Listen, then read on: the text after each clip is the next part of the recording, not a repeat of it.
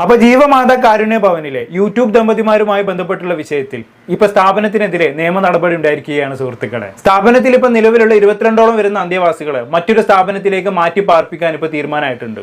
മാത്രവുമല്ല സ്ഥാപനത്തിന്റെ ലൈസൻസും റദ്ദാക്കിയേക്കും. എന്തായാലും ഇതുമായി ബന്ധപ്പെട്ട് ഏഷ്യാനെറ്റ് ന്യൂസിൽ വന്നൊരു വാർത്ത നമുക്ക് കണ്ടുനോക്കാം.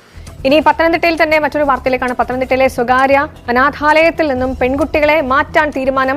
22 പെൺകുട്ടികളെ CWC അംഗീകാരമുള്ള മറ്റൊരു കേന്ദ്രത്തിലേക്ക് മാറ്റും. സ്ഥാപനത്തിന്റെ അംഗീകാരം റദ്ദാക്കിയേക്കും. നല്ലൊരു വാർത്ത ഉള്ളത് പറയാലോ. ഒരുപാട് കേൾക്കാൻ ആഗ്രഹിച്ചൊരു വാർത്തയായിരുന്നത്. എന്തായാലും ഈ വിഷയവുമായി ബന്ധപ്പെട്ട് ഇന്ന് രാവിലെ നമ്മളൊരു വീഡിയോ ചെയ്തിട്ടുണ്ടായിരുന്നു അല്ലെ. ഈ ജീവമാതാ കാരുണ്യ ഭവൻ എന്ന ഓർഫനേജുമായി ബന്ധപ്പെട്ട് അതിന്റെ പ്രദേശവാസിയുടെ ഒരു വോയിസ് ക്ലിപ്പ് നമ്മൾ പ്ലേ ചെയ്യിപ്പിച്ചിട്ടുണ്ടായിരുന്നു. അതിൽ ഒരുപാട് ഞെട്ടിക്കുന്ന കാര്യങ്ങളാണ് പ്രദേശവാസി പറഞ്ഞിട്ടുള്ളത്. അമ്മയും മകനും ഒട്ടും വെടുപ്പില്ല എന്നുള്ളതാണ് എല്ലാവരും പറഞ്ഞിരുന്നത്. എന്തായാലും ഈ പുറത്തു വന്ന കാര്യങ്ങളെ കൂടുതൽ ഊട്ടിയുറപ്പിക്കുന്ന വെളിപ്പെടുത്തലുമായി ഇപ്പൊ ആ ഓർഫനേജിലെ പഴയൊരു അന്തേവാസി രംഗത്ത് വന്നിരിക്കുകയാണ്. ഇവർ അവിടുത്തെ അന്തേവാസിയും ജീവനക്കാരിയും കൂടിയായിരുന്നു. ഒരു പെൺകുട്ടിയാണ്. നമുക്ക് എന്തായാലും ആ പെൺകുട്ടിയുടെ വാക്കുകളൊന്ന് കേട്ടോക്കാം. പിന്നെ ഞാൻ ഒരു ദിവസത്തെ കാര്യം പറയാൻ വേണ്ടിയിട്ടാണ് വന്നത്. എനിക്ക് അടി കിട്ടിയിട്ടുണ്ടായിരുന്നു അവിടുന്ന്. അതിന്റെ കാരണം പറയാനാണ് ഞാൻ വന്നത്. അതായത് അന്നേ ദിവസം വൈകിട്ട് പിന്നെ ഒരു 7:30 മണിയായി കാണും. 7:30 മണിയൊക്കെ ആയപ്പോഴത്തേന് അമ്മമാർക്കും മക്കൾക്കൊക്കെ ചോറ് കൊടുത്തിട്ട് മാഡം വന്നിട്ടുണ്ടായിരുന്നു. സാധാരണഗതിയിൽ ആ സമയത്തോട്ടൊന്നും അന്നദാന പന്തലോട്ടോ അടുക്കളയിലോട്ടോ വരാറില്ല. വന്നിട്ട് പറഞ്ഞിട്ടുണ്ടായിരുന്നു ഇതുപോലെ നേരത്തെ കയറി പോയിക്കോ, നിങ്ങൾ രാവിലെ വിട്ട് കഷ്ടപ്പെടുന്നതല്ലേ, നേരത്തെ പോയി കിടന്നോന്ന്. അപ്പൊ പതിവില്ലാത്ത ഒരു സ്നേഹമായിരുന്നു അന്നേരം കാണിച്ചത്. ആരെങ്കിലും നമ്മളോട് പതിവില്ലാത്ത സ്നേഹം കാണിക്കുന്നുണ്ടെങ്കിൽ അതിൽ എന്തെങ്കിലും ഉടായ്പ ഉണ്ടാവും എന്നുള്ളത് ഉറപ്പാണ്. സാധാരണ അവിടെയുള്ള അന്തേവാസികളോടും ജീവനക്കാരികളോടും വലിയ കരുണയൊന്നും കാണിക്കാത്ത ഗിരിജക്ക് അന്ന് ഇവരോട് പ്രത്യേക സ്നേഹം. രാവിലെ മുതൽ കഷ്ടപ്പെടുകയല്ല മക്കളെ, പോയി കിടന്നുറങ്ങിക്കോ എന്നാണ് അന്ന് ഗിരിജ ഇവരോട് പറഞ്ഞത്. എന്താ അങ്ങനെ പെട്ടെന്നൊരു സ്നേഹം വരാൻ കാരണം ഇവർക്ക് അത് വഴിയേ മനസ്സിലാകും. ഈ പെൺകുട്ടി തന്നെ പറയുന്നുണ്ട്. നമ്മൾ തരാമെന്ന് കേട്ടോക്കാം. അങ്ങനെ ഞങ്ങൾ അകത്ത് ഫുഡൊക്കെ കഴിച്ച് കഴിഞ്ഞിട്ട് ഞങ്ങൾ നേരത്തെ തന്നെ അകത്ത് കയറിയിട്ട് ഉറങ്ങാൻ സമയമായിട്ടില്ലാത്തതുകൊണ്ട് കുറേ നേരം സംസാരിച്ചപ്പോഴാണ് പിന്നെ ഒരു 9 മണിയൊക്കെ ആയി കാണും. ഒരു 9 മണിയൊക്കെ ആയപ്പോഴത്തേക്കിന് അതിന് മുമ്പേ തന്നെ ഗ്രില്ലൊക്കെ പൂട്ടാൻ പറഞ്ഞ എന്നോട് ഗ്രില്ലൊക്കെ പൂട്ടിയിട്ട് ഞങ്ങൾ അകത്ത്. അപ്പോൾ 9 മണിയൊക്കെ ആയപ്പോഴത്തേക്കിന് വന്നിട്ട് പിന്നെ ഞങ്ങൾക്കൊരു സംശയം, ഞങ്ങളിങ്ങനെ അവിടെ ഇരുന്ന സമയത്ത് ഞങ്ങൾക്കൊരു സംശയം, ഒരു കൈ വന്നിട്ട് 2ാമത്തെ നിലയാണ് തൊട്ട് ഈ ചിൽഡ്രൻസ് ഹോം പൂട്ടുന്നതിൻ്റെ തൊട്ട് ഫ്രണ്ടിലത്തെ കെട്ടിടം. അപ്പോൾ 2ാമത്തെ നിലയാണ്. അപ്പോൾ അവിടെ ഒരു ആണിൻ്റെ കൈ വന്നിട്ട് ഞങ്ങളിങ്ങനെ നോക്കിയപ്പം മുകളിലത്തെ റൂമിലെ ജനലിൻ്റെ കതക് ഒരു വാച്ച് കെട്ടിയ കൈ വന്ന് അടയ്ക്കുന്നത് കണ്ടു. അപ്പം അവിടെ ആണുങ്ങൾ ആരുമില്ല, ഉണ്ണിയൊന്നും അവിടെ ഇല്ലാത്ത സമയം. അങ്ങനെ ഞങ്ങൾക്കൊരു സംശയം തോന്നിയിട്ട് ഞങ്ങൾ കുറച്ച് പിള്ളേരും ഉണ്ട് കൂടെ. അങ്ങനെ നോക്കിയപ്പം അതിനകത്ത് ആളുണ്ട്. അപ്പം ക്യാമറ ഓഫ് ആയതുകൊണ്ട് ധൈര്യമായിട്ട് തന്നെ ഞങ്ങൾ കുറച്ച് പേര് ഇതിൻ്റെ മണ്ടയ്ക്ക് കയറി. ഇപ്പുറത്തെ കെട്ടിടത്തിൻ്റെ സ്റ്റെപ്പ് ഉണ്ടായിരുന്നു, സ്റ്റെപ്പിൽ കൂടെ കയറി ഈ കെട്ടിടത്തിൻ്റെ മണ്ടവശം കാണാൻ പറ്റും. അപ്പം അതിലൊരു ആണുണ്ടായിരുന്നു. അത് ഈ പറയാൻ പറ്റാത്ത രീതിയിലാണ് അവിടുത്തെ പരിപാടികൾ നടന്നുകൊണ്ടിരുന്നത് ആ സമയത്ത്. പക്ഷെ അതൊക്കെ കണ്ടു കഴിഞ്ഞു. നേരം വെളുത്ത് ഒരു 5 മണി ആയപ്പോഴത്തേക്കാണ് ആളിനെ പറഞ്ഞു വിട്ടതും ഒക്കെ. അപ്പം അതിൻ്റെയൊക്കെ കാര്യങ്ങൾ ഞാൻ കണ്ടത് തന്നെയാണ്. കാണാത്ത കാര്യമൊന്നും ഇതിനകത്ത് പറഞ്ഞിട്ടില്ല.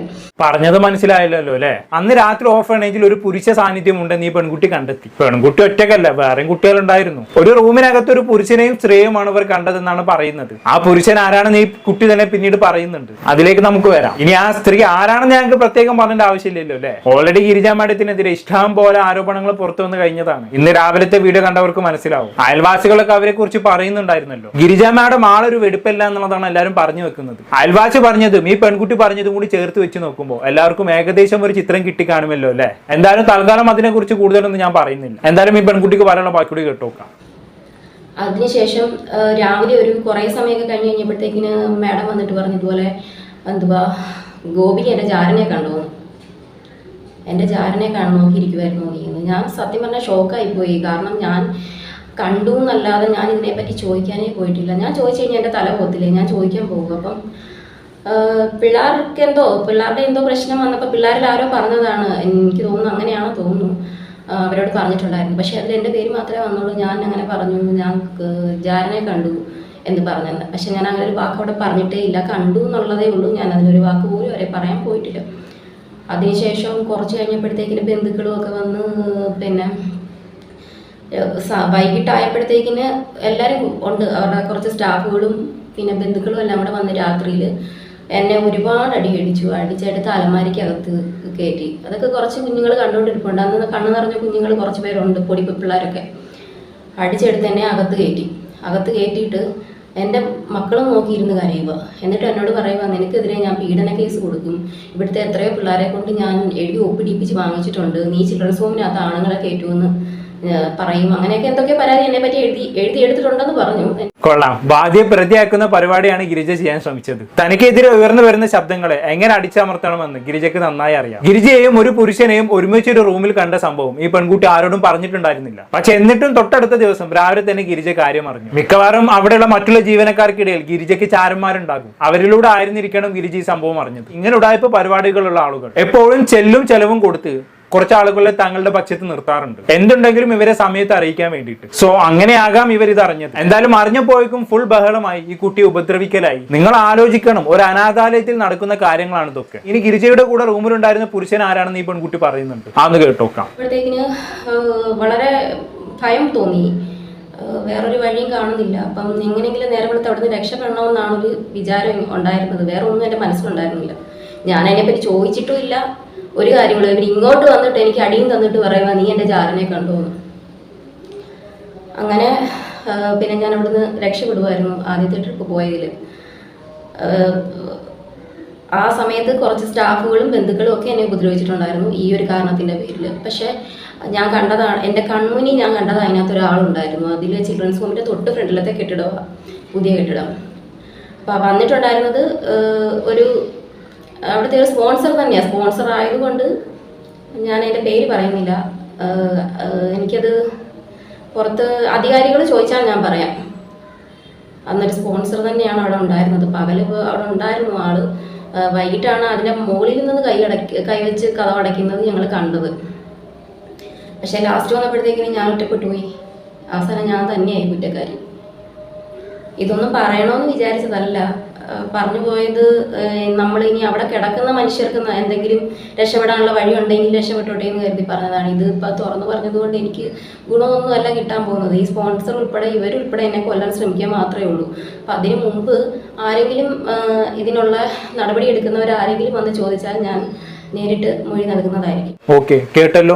അനാഥാലയത്തിൽ സ്പോൺസർ ചെയ്യുന്ന വ്യക്തികളിൽപ്പെട്ട ഒരാൾ തന്നെയായിരുന്നു റൂമിനകത്തുണ്ടായിരുന്നത് എന്നുള്ളതാണ് ഈ പെൺകുട്ടി പറയുന്നത്. അത് ആരാണെന്നത് അടക്കമുള്ള കൂടുതൽ വിവരങ്ങൾ പോലീസിൽ തുറന്നു പറയാനും മൊഴി കൊടുക്കാനും താൻ തയ്യാറാണ് എന്നും ഈ പെൺകുട്ടി പറയുന്നുണ്ട്. അതായത് ഗിരിജയോടുള്ള മുൻ വൈരാഗ്യം കൊണ്ട് വെറുതെ വന്നിരുന്ന് പറയുന്ന ഒരു കഥയല്ല ഇതെന്നർത്ഥം. താൻ എന്താണ് പറയുന്നതെന്ന് ഈ പെൺകുട്ടിക്ക് കൃത്യമായ ബോധമുണ്ട്. ഗിരിജയ്ക്ക് അവരുടെ വ്യക്തി ജീവിതത്തിൽ എന്ത് വേണമെങ്കിലും ചെയ്യാം, എങ്ങനെ വേണമെങ്കിലും നടക്കാം. അതിനൊന്നും നമുക്ക് യാതൊരു പ്രശ്നവുമില്ല. പ്രശ്നം എവിടെയാണ് കിടക്കുന്നതെന്ന് വെച്ചാൽ ഇജാതി കുൽസിതങ്ങൾക്കും ഉടായ്പകൾക്കും ആ അനാഥാലയത്തെ മറയാക്കി ഉപയോഗിക്കുമ്പോഴാണ്. അതൊരിക്കലും അംഗീകരിച്ചു തരാൻ കഴിയില്ല. ഇനി ഗിരിജ അനാഥാലയത്തിലെ കുട്ടികളെ ദേഹോപദ്രവം ഏൽപ്പിക്കുന്നതിനെ കുറിച്ച് പറയുന്നൊരു വോയിസ് ക്ലിപ്പും കൂടി ഉണ്ട്. അതും കൂടി കേട്ടേച്ച് നമുക്ക് അവസാനിപ്പിക്കാം. ഇത്രയൊക്കെയായിട്ട് ഒരു അധികാരികൾ നടപടിയെടുക്കുന്നതിന്റെ ഒരു ലക്ഷണം കാണിക്കുന്നില്ലല്ലോ ചേച്ചി. ആഫ്റ്റർ കെയർ ആണെങ്കിൽ ഗോപിക എന്ന് പറഞ്ഞൊരു കുട്ടിയുണ്ട്. അപ്പം അവൾക്ക് സ്ഥിരമായിട്ട് ഇവരുടെ കയ്യിൽ നടി വാങ്ങിക്കുന്നുണ്ടായിരുന്നു. അതിന്റെ മുഖത്തും പിഴലിക്കും ഒക്കെ ആണെങ്കിൽ ഇവരുടെ മലകൊണ്ട പാടും വേറെ കുറഞ്ഞ പാടും ഒക്കെ ഉണ്ടായിരുന്നു. ആ കുട്ടിയെ എങ്ങനെയെങ്കിലും ഒന്ന് ഈ ആരെങ്കിലും ഒന്ന് ചോദ്യം ചെയ്തിരുന്നെങ്കിൽ പിന്നെ ഇവിടെ പകുതി ഉപദ്രവിക്കണമെന്നുള്ള കാര്യങ്ങൾ വെളി വന്നേനെയായിരുന്നു. അതിനൊക്കെ ഇവിടെ എന്തെങ്കിലും വഴിയുണ്ടെങ്കിൽ ആരോട് ഒന്ന് സംസാരിക്കേണ്ടതെന്ന് ഒന്നും അറിയുന്നില്ലായിരുന്നു. അതുപോലെ തന്നെ പഴയ നിങ്ങളോട് ചോദിച്ചാൽ പഴയ 2019, 2018 ചിലപ്പോൾ വീഡിയോ കാണുമ്പോൾ ആരെങ്കിലും കണ്ടിട്ട് വരും. ആ നിന്ന സമയത്ത് കുഞ്ഞുങ്ങൾക്ക് മുട്ടുകാരെ നിർത്തുക, മണിക്കൂറുകളോട് മുട്ടുകാരെ നിർത്തുക, റൗണ്ട് ചുറ്റി ഓടിപ്പിക്കുക. പിന്നെ അവിടുത്തെ ഗ്രൗണ്ടിൽ ആ സ്ഥലത്തൂടെ എന്നുള്ള ബിൽഡിംഗ് ഒന്നുമില്ല, ചുറ്റിനും വെയിലാണെങ്കിൽ ഓടിക്കുക. പിന്നെ ഒറ്റ കാലിൽ നിർത്തുക, മറ്റേ കാലിൽ ചൂരി കൊണ്ട് അടിക്കുക. അങ്ങനെയൊക്കെയുള്ള ശിക്ഷാപ്രയോഗങ്ങളുണ്ടായിരുന്നു. ഈ വീഡിയോസ് ഒക്കെ കേൾക്കുകയും കാണുകയും ചെയ്യുന്നുണ്ടെങ്കിൽ അത് നിങ്ങൾക്ക് മുന്നോട്ട് വരുമായിരിക്കും. അതെ, ഈ അനാഥാലയത്തിൽ നിന്ന് മോശം അനുഭവം ഉണ്ടായ എല്ലാവരും ധൈര്യത്തോടെ മുന്നോട്ട് വരണമെന്ന് തന്നെയാണ് എനിക്ക് പറയാനുള്ളത്. ഇനിയും ഇവിടെ ഇങ്ങനെ ഒരു സംഭവം ഉണ്ടായിക്കൂടാ. കഴിഞ്ഞ കുറച്ച് ദിവസങ്ങൾ കൊണ്ട് എത്ര ആരോപണങ്ങളാണ് ഗിരിജക്കെതിരെയും മകൻ വിഷ്ണുവിനെതിരെയും വരുന്നതെന്ന് നോക്കൂ. അന്തേവാസികളോട് അപമര്യാദയായി പെരുമാറുന്നു, അവരെ വേണ്ട വിധത്തിൽ പരിചരിക്കുന്നില്ല, ദേഹോപദ്രവം ഏൽപ്പിക്കുന്നു, നല്ല ഭക്ഷണം പോലും കൊടുക്കുന്നില്ല തുടങ്ങിയ ചെറുതും വലുതുമായ ആരോപണങ്ങൾ. ഇതെല്ലാം ഇത്രയും കാലം മൂടി വെക്കപ്പെട്ട സത്യങ്ങളായിരുന്നു. ഇതാണ് പറയുന്നത്, എത്ര മൂടി വെച്ചിട്ടും കാര്യമില്ല, സത്യം ഒരു നാൾ പുറത്തു വരുമെന്ന്. എന്തായാലും കൂടുതലൊന്നും ഞാൻ പറയുന്നില്ല. എന്താണ് കേട്ടിട്ട് നിങ്ങൾക്ക് തോന്നുന്നത് താഴെ കമന്റ് ബോക്സിൽ രേഖപ്പെടുത്തുന്നില്ല. പുറത്തൊരു ടോപ്പിക്കുമായി വീണ്ടും കാണാം.